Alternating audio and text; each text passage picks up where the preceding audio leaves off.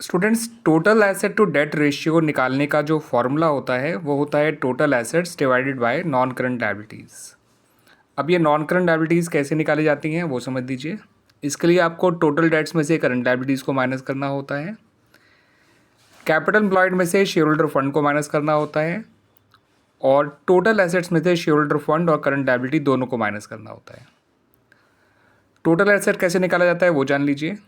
इसके लिए आप नॉन करंट लायबिलिटी और शेयर होल्डर फंड तीनों को ऐड कर दीजिए तो भी टोटल एसेट आ जाएगा।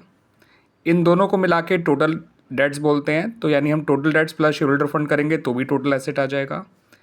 इन दोनों को मिला के कैपिटल एम्प्लॉयड बोला जाता है, तो कैपिटल एम्प्लॉयड में केवल करंट लायबिलिटी प्लस करेंगे तो भी टोटल एसेट आ जाएगा। और एसेट साइड अप्रोच से नॉन करंट एसेट और करंट एसेट दोनों को ऐड कर देंगे तो भी टोटल एसेट आ जाएगा। ठीक है स्टूडेंट्स, ये यहाँ पे सी जो है that is for capital employed, T D is for total debts, T A is for total assets and S H F for share holder fund, N C L for non current liability, C L for current liability.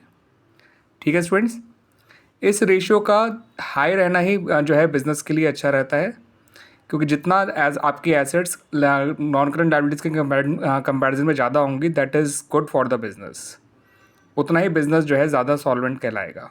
ठीक है students.